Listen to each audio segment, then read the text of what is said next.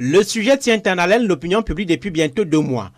Comme exigé par l'article 80 du Code électoral, la liste électorale nationale aurait dû être publiée le 30 décembre 2024. Seulement voilà 3 mois passés et Elections Cameroun n'a pas cru devoir se plier à cette exigence réglementaire. Saisi par le MRC, le Conseil électoral n'a pas donné suite favorable. La Cour d'appel du centre, dont la compétence a été indiquée par le Conseil constitutionnel, elle s'est déclarée incompétente. Ce feuilleton est venu rallonger la liste des griefs contre Elecam, qui a ouvert après 4 mois de retard les inscriptions sur la liste électorale l'année dernière dans la diaspora. Depuis le début de l'année 2025, l'organe ne permet les inscriptions que 2 jours par semaine dans la plupart des pays étrangers. Je ne comprends pas que Elecam se dresse devant nous plutôt comme un adversaire.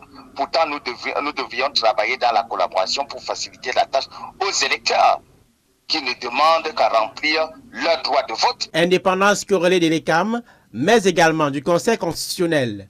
En novembre 2024, le président de l'instance, Clément Tangana, crée une vive polémique en participant à une réunion des élites du département d'Union Esso, sanctionné par un appel à la candidature de Paul Biya à la présidentielle. La controverse a depuis lors rongé la sérénité dans la classe politique de l'opposition, au point où certains estiment qu'il est nécessaire de remettre à plat tous les instruments de gestion des élections pour une présidentielle apaisée. Parce que les esprits sont surchauffés, hein. On le sent quand on contacte des populations. Si le président Paul Biya croit effectivement que le Cameroun et les Camerounais lui ont tout donné, il devrait réformer le code électoral. Voilà, il y a une session parlementaire qui en met. Pourquoi ne pas déposer un projet de loi qui crée un organisme électoral véritablement indépendant ou organisme d'élection de 2025.